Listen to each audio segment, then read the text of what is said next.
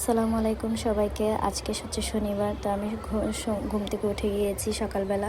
সকালবেলা বলতে 10টা উঠতে উঠতে 10টা বেজে গেছে, কারণ আমি খুব সকালে ভোরে উঠতে পারি না।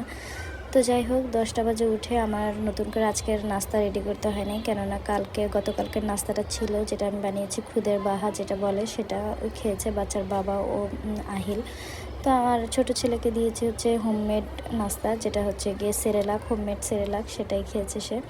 তো এর ভিতরে আমি হচ্ছে গিয়ে যেগুলো টুকটাক হাঁড়ি পাতিলা ছিল ওগুলো ধুয়ে নিচ্ছি। আর এখানে হচ্ছে গরুর মাংস রান্না আজকে, তো ওইটাই প্যাকেটটা খুলে ধুয়ে নেব। আর হচ্ছে রান্না করব চিংড়ি মাছ দিয়ে সর্ষের টক। তো গরু মাংসটা ভালো করে ধুয়ে নিতে হবে। আর আজকে আপনাদেরকে আমি কিছু ট্রিক্স বলবো, যেভাবে আপনারা রান্না করলে গরু মাংস অবশ্যই অনেক মজা হবে। সেটা হচ্ছে প্রথমত গরু মাংসতে পানি কম দেওয়া লাগবে, পানি বেশি দেওয়া যাবে না। আর হচ্ছে গরু মাংসতে পেঁয়াজ এবং টমেটোর পরিমাণটা একটু বেশি লাগবে। আর এই তো আর হচ্ছে গিয়ে এখানে একটা মশলা এক্সট্রা লাগে, সেটা হচ্ছে গিয়ে রাঁধুনি মুরগির মাংসের মশলা। এই মুরগির মাংসের মশলাটা দিলে গরু মাংসটার টেস্টটা অনেক ভালো আসে। আর হচ্ছে সয়া সস এবং টমেটো সস, এই দুটো জিনিসও দিতে হয়, তাহলে কিন্তু গরু মাংসের টেস্টটা অন্যরকম আসে। আপনারা রান্না করে অবশ্যই জানাবেন কেমন হয়েছে আপনাদেরটা। তো আমি এখানে পেঁয়াজ টমেটো বেশি করে দিয়ে একটু ভেজে নিচ্ছি ভালো মতন। আর এখানে হচ্ছে গিয়ে বাটা আদা রসুন বাটা ও শুকনো মরিচ বাটা যেটা বলে, মরিচের বাটাও দিয়ে নিচ্ছি। আর সব স্পাইসেসগুলো আমি এখানে আগে থেকে মেজার করে রেখেছিলাম, তো ওগুলো দিয়ে ভালো মতন মশলাটা কষিয়ে নিচ্ছি। আর একটু দিয়ে দিচ্ছি ম্যাজিক মশলা। আর এই যে সয়া সস টমেটো সস, এই দুটো দিয়ে আমি ভালো মতন মশলাটা আগে কষাবো। এরপর হচ্ছে আমি মাংস আলু দিয়ে কতক্ষণ কষিয়ে তারপরে হচ্ছে সিদ্ধ করব। তো মাংস কষতে কষতে এবং আমি ওখানে দিয়ে ফাঁকে করে আমার অন্য তরকারিগুলো রেডি করে নিচ্ছিলাম, যেটা হচ্ছে সর্ষে আমি কুটে নিচ্ছি, চিংড়ি মাছটাও বেছে নিচ্ছিলাম এর ভিতরেই।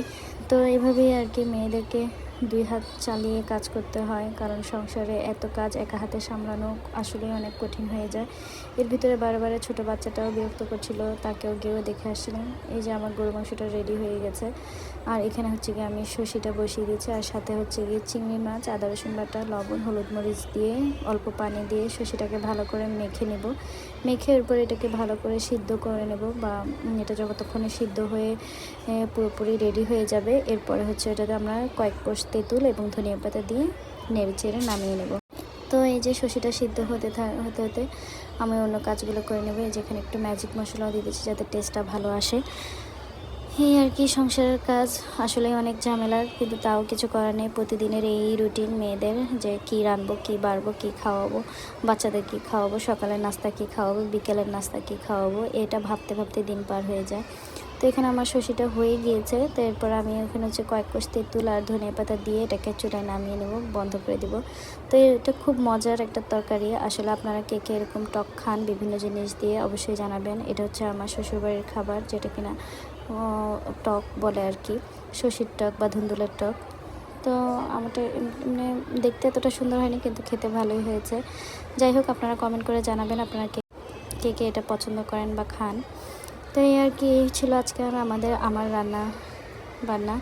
তো আপনারা কে কী রান্না করেছেন অবশ্যই আমাকে কমেন্ট করে জানাবেন। আর প্রতিদিনের ব্লগ পাওয়ার জন্য অবশ্যই আমার চ্যানেলের সাথে থাকবেন। আর ব্লগ কয়টার দিকে আপলোড করলে আপনাদের জন্য সুবিধা হয় সেটাও আমাকে কমেন্ট করে জানাবেন। তো আমি ভেবেছি 10টা থেকে 9:30 11টার ভিতরেই আমি ব্লগটা আপলোড করব।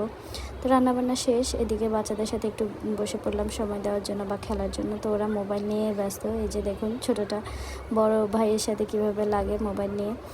তো এই আর কি, আজকের ব্লগটা এতটুকুই। পরবর্তীতে নেক্সট ব্লগে দেখা হবে ইনশাল্লাহ। ততদিন পর্যন্ত ভালো থাকেন, সুস্থ থাকেন। আর আমার জন্য অবশ্যই অনেক বেশি দোয়া করবেন, যেন আমার চ্যানেলটা ভালো মতন গ্রো করে। এই তো, আল্লাহ হাফিজ, আসসালামু আলাইকুম।